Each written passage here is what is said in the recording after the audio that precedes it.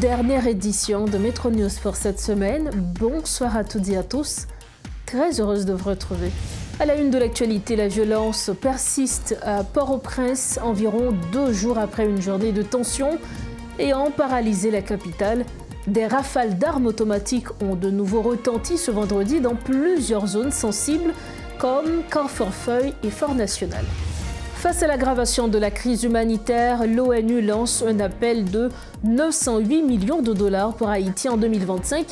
Les Nations Unies sollicitent une aide humanitaire d'urgence pour répondre aux besoins de 3,9 millions d'Haïtiens confrontés à l'insécurité alimentaire et à la violence des gangs et également à l'épidémie de choléra.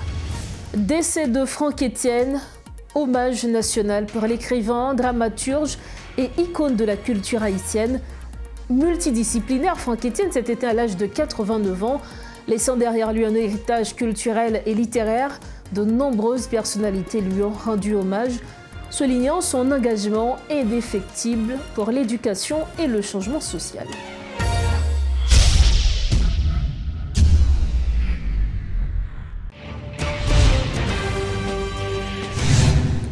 Bienvenue à tous au développement des titres de l'actualité. Des rafales d'armes automatiques ont retenti ce vendredi dans plusieurs quartiers de la capitale. 2 jours après une journée de forte tension ayant paralysé les activités, si le commerce informel, les banques et les grandes entreprises ont poursuivi leurs opérations, certains établissements scolaires, eux, sont restés fermés. La situation demeure préoccupante dans plusieurs zones sensibles, notamment à Carrefour-Feuille et à Fort-National. Une équipe de Télémétropole a sillonné quelques rues. Suivez ce reportage de Rodolphe Pierre-Louis. C'est une capitale qui s'est réveillée avec la peur au ventre et des tirs sont entendus un peu partout. Des entreprises, des marchands ambulants, le commerce informel fonctionnent comme si de rien n'était. La circulation est fluide et des agents de la PNH sont remarqués dans les rues.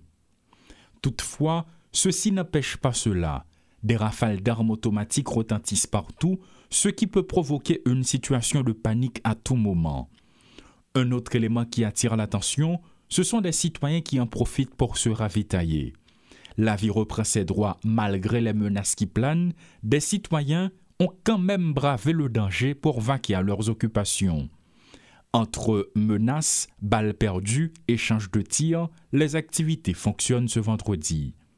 De notre côté, dans plusieurs endroits de la capitale, la situation demeure critique. Des citoyens ne savent plus à quel saint se vouer. C'est le cas notamment au Fort-National, à Carrefour-Feuille, entre autres. La situation demeure tendue jusqu'ici un peu partout dans la capitale. Il faut dire que là maintenant, ce que vous regardez derrière moi, c'est le carrefour de l'aéroport. Il n'y a même pas un chien, donc ce qui prouve que les chiens se montrent prudents, voire maintenant des humains. Donc à partir de Delma 30, c'est la dernière limite. Et entre-temps, il faut souligner qu'un peu partout dans la capitale, comme je l'ai dit précédemment, notamment au centre-ville, il y a des tirs qui sont entendus à longueur de journée. Il y a même des balles qui sont remarquées dans plusieurs maisons, sous le toit ou parfois dans la cour des maisons. Donc des citoyens ont alerté des agents de la police nationale pour qu'ils arrivent à reprendre le contrôle de la situation. Mais jusqu'à maintenant, il faut dire que la situation demeure tendue. Donc pour l'instant, depuis le début de la semaine, même la semaine écoulée, c'est une situation tendue qu'il y a eu dans la capitale. Hier, il y a eu une journée de tension et aujourd'hui, les écoles n'ont pas fonctionné. Les établissements scolaires ont gardé leurs portes fermées. Donc la situation demeure tendue, comme je l'ai dit tout à l'heure. Et jusqu'ici, il y a des citoyens qui appellent à l'aide aux côtés des agents de la police nationale d'Haïti. Claude Désir et Rodolphe Pierre-Louis pour Télémétropole. La mission multinationale d'appui à la sécurité en Haïti condamne dans un communiqué la propagande erronée et malveillante circulant sur divers médias en ligne selon laquelle la mission aurait eu des pertes à Kinskov. De fausses informations ont également été propagées selon lesquelles des membres de la force multinationale et des officiers de la police auraient été victimes de tirs à mi, poursuit-elle. La mission multinationale n'a perdu aucun de ses personnels dans une confrontation avec des gangs à Kinskov, souligne le communiqué. Face à l'aggravation de la crise humanitaire en Haïti, l'ONU sollicite 908 millions de dollars pour venir en aide à 3,9 millions de personnes en 2025. Ce nouvel appel aux dons représente une augmentation significative par rapport à 2024, alors que l'insécurité alimentaire et la violence des gangs continuent de s'intensifier. Selon le Bureau des affaires humanitaires de l'ONU, 6 millions d'Haïtiens ont besoin d'assistance, mais les ressources limitées imposent un ciblage des bénéficiaires prioritaires. Personnes déplacées, habitants des zones contrôlées par les gangs, communautés touchées par le choléra. Ce nouvel appel représente une augmentation notable par rapport aux 674 millions de dollars demandés en 2024, dont seulement 44% ont été financés. La plateforme haïtienne de plaidoyer pour un développement alternatif juge l'aide financière américaine attribuée à Haïti incapable de mettre la population dans une situation de sécurité alimentaire. Au contraire, l'USAID a affaibli la capacité de l'État à gérer ses propres politiques de développement, dénonce Maître Camille Chalmers. L'économiste plaide pour la redéfinition des priorités du pays et la mise en place d'une politique économique et sectorielle au niveau de l'agriculture. Nous écoutons ses propos. Premier là pour nous dire, c'est que USAID, avec ACDI et d'autres mécanismes, il fait partie de ça, l'aide publique au développement. Et aide publique au développement, c'est une manipulation, c'est une supercherie, c'est un marché de dupes. Parce que pas aider vraiment. Au contraire, c'est un instrument de maintien des rapports néocoloniaux. Et aider, construire et renforcer la domination néocoloniale des puissances impérialistes sur le reste du monde, en particulier sur les pays dits pauvres. Donc c'est très important que nous démystifions le discours dominant ça, qui a parlé de l'aide comme si c'était une espèce de générosité des pays impérialistes, alors que, en fait, même le seuil fixé par les Nations Unies, qui te dit pays riches, engagés et tout est signé, pour que fournissent 0,7% de leur PNB annuel à l'aide publique au développement. En quelle puissance pas jamais dépasser 0,7% ça? États-Unis, en général, c'est 0,22%. Donc, c'est vraiment des miettes, n'est-ce pas?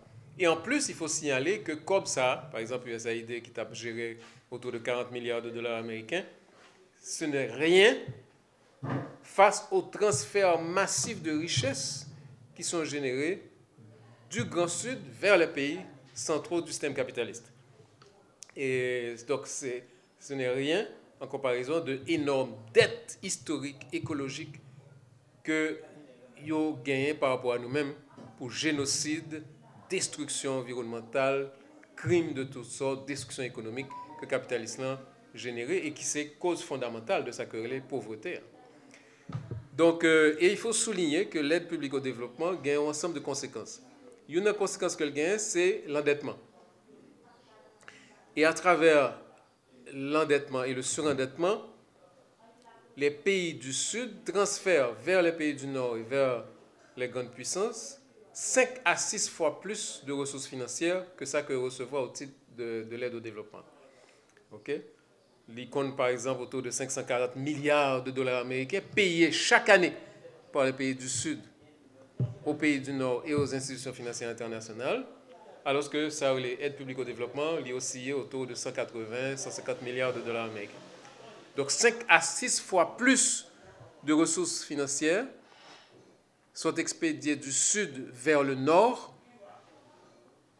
par rapport à l'aide publique au développement. Donc il ne s'agit pas du tout de générosité, c'est un mécanisme de domination. Et justement, mécanisme de domination, ça a entraîné des flux constants, hémorragie constante de ressources des pays du Sud vers les pays du Nord, qui passaient par le paiement du service de la dette, qui passaient par l'échange inégal, le commerce inégal, qui passaient par le rapatriement des profits des transnationales et la captation des migrants. Brain drain, donc il y a tout un ensemble de monde que nous formons et puis qui sont captés par les économies des pays du Nord sans aucune compensation. Aide là, non seulement pas aider Haïti, mais c'est un mécanisme puissant de stimulation de la migration. Migration de la campagne vers les villes et migration d'Haïti vers les pays du Nord.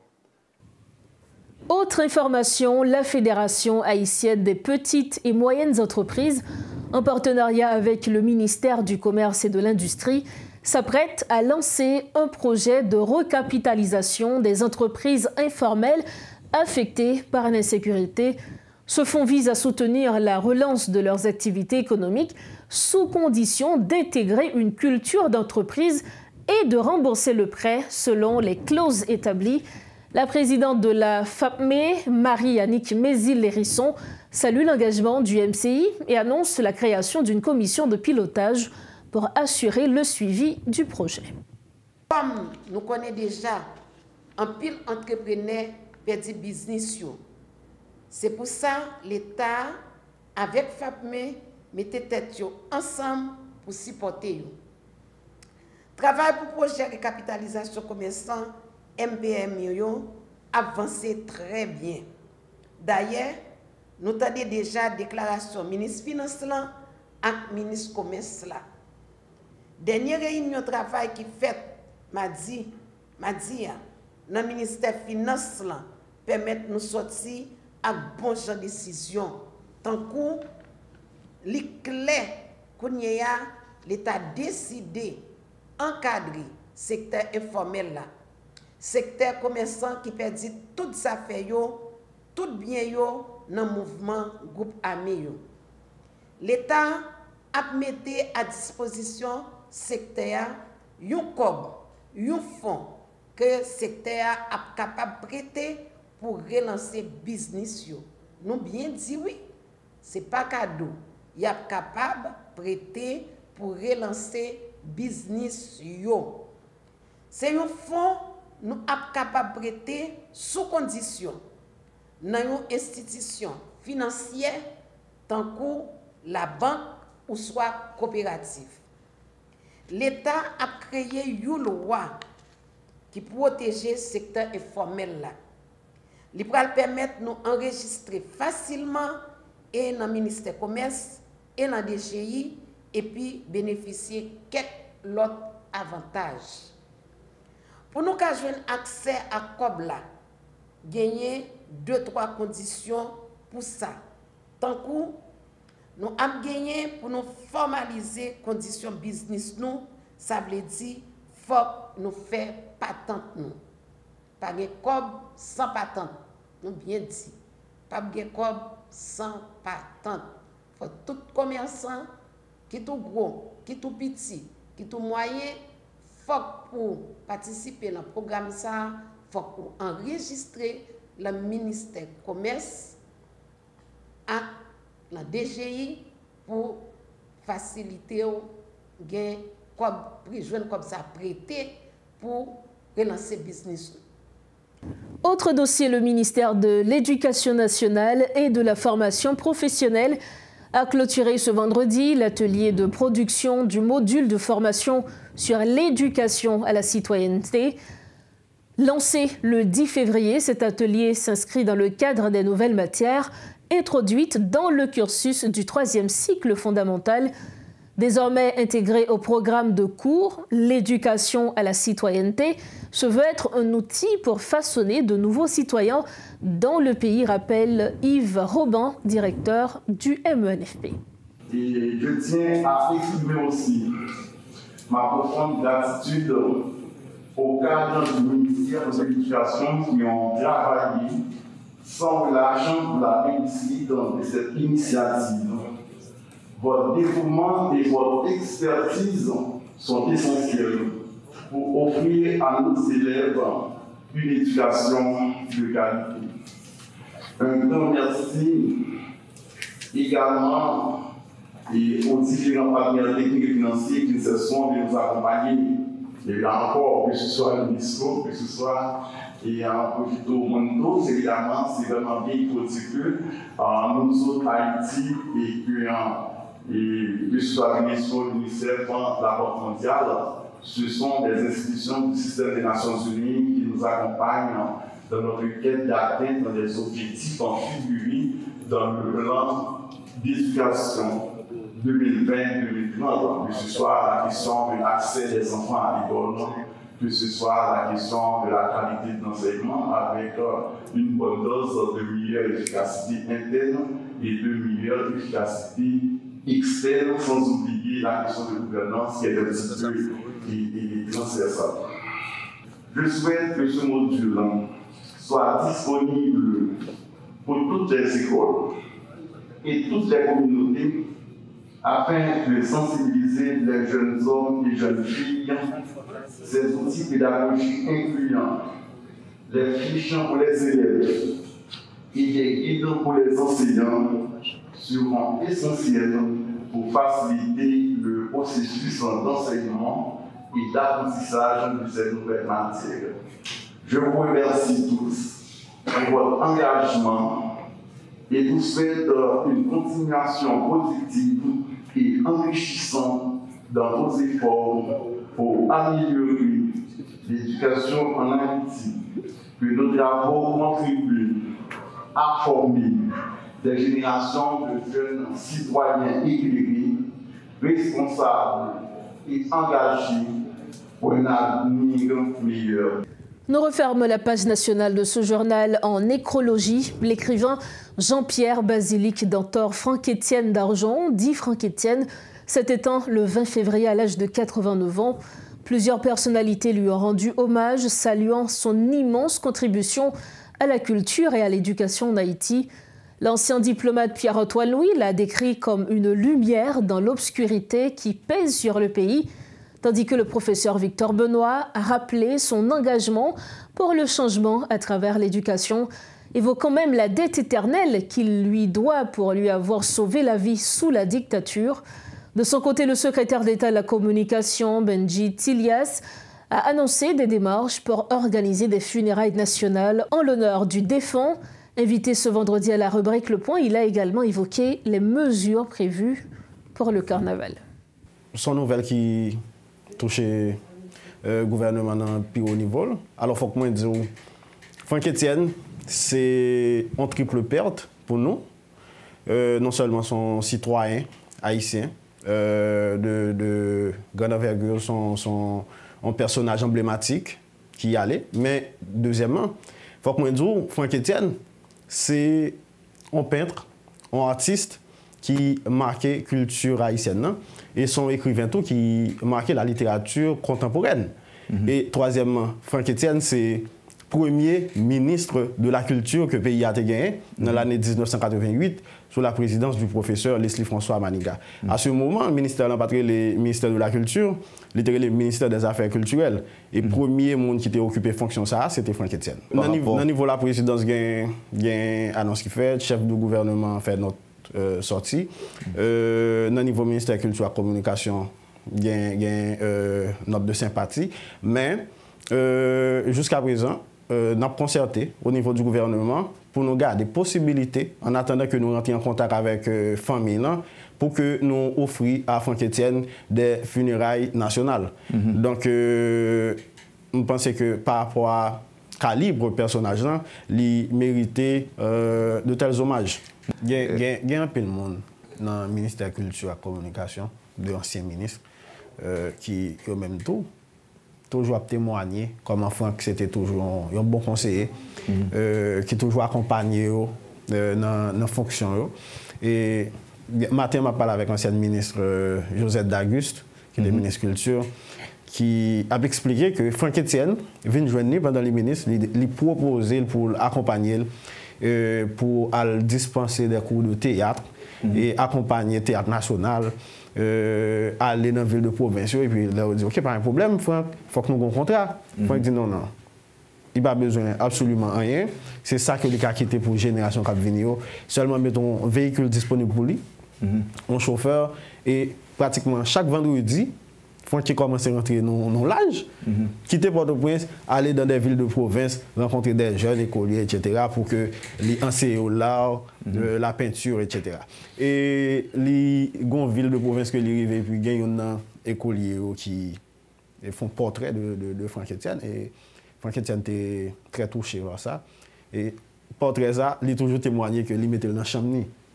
Donc, pas oublier que c'est peintre que il est tout. Tout à fait. Donc son personnage vraiment extraordinaire et il y a un peu de monde qui est touché par départ. Et je pense que ça va nous une occasion pour que nous remettions en valeur Franck Etienne. Il y a des activités culturelles. J'en connais un, Wendell. Carnaval national a lui-même annulé, mais il y a bien un carnaval communal qui a organisé. Notamment dans le niveau Jacmel, dans le niveau Fort-Liberté et d'autres villes de province. Port-au-Prince lui-même, Port-au-Prince a bien une subvention du gouvernement à travers le ministère de la Culture et de la Communication, mais la municipalité a décidé, la mairie Port-au-Prince a décidé qu'il y a investi fonds ça dans la question de nettoyage Port-au-Prince et puis organiser des activités culturelles pour tout le monde qui est dans le camp de déplacer. Dans le niveau cap-haïtien, il y a une subvention qui est disponible, mais nous recevons plusieurs correspondances d'acteurs de la société civile qui écrivent nous pour dire nous, dans le niveau d'insalubrité ville au Cap-Hier, je t'apprends que subvention que l'État haïtien baille à la mairie du Cap-Haïtien, il mettez-le disponible pour nettoyer ville au Cap. Donc tout ça, moi je pense que nous avons regardé avec l'autorité locale. Ministre de personnalité dans la ville au Cap que lui rencontré pas plus tard que hier. Et matin, dans l'échange que j'ai avec lui, il dit qu'il continue à exprimer le vœu que subvention que l'État haïtien baille à la mairie, nous mettez-le disponible pour nettoyer ville au Cap. Nous arrivons au terme de notre dernière édition de Métro News pour cette semaine. Avant de partir, le rappel des principaux titres. La violence persiste à Port-au-Prince. Environ 2 jours après une journée de tension ayant paralysé la capitale, des rafales d'armes automatiques ont de nouveau retenti ce vendredi dans plusieurs zones sensibles comme Carrefour-Feuille et Fort-National. Face à l'aggravation de la crise humanitaire, l'ONU lance son appel de 908 millions de dollars pour Haïti en 2025. Les Nations Unies sollicitent une aide humanitaire d'urgence pour répondre aux besoins de 3,9 millions d'Haïtiens confrontés à l'insécurité alimentaire, à la violence des gangs et à l'épidémie de choléra. Et puis décès de Franck Etienne, hommage national pour l'écrivain, dramaturge et icône de la culture haïtienne. L'écrivain et artiste multidisciplinaire Franck Etienne s'est éteint à l'âge de 89 ans, laissant derrière lui un immense héritage culturel et littéraire. De nombreuses personnalités lui ont rendu hommage, soulignant son engagement indéfectible pour l'éducation et le changement social. Voilà ce qui met fait à notre dernière édition de Métro News pour cette semaine. Merci infiniment à chacun de vous de l'avoir suivi. Merci également à toute l'équipe de Métropole ayant rendu possible cette édition. C'est le week-end, profitez bien de la vie et surtout, rejoignez-nous sain et sauf lundi prochain, toujours sur Métropole. Bonsoir.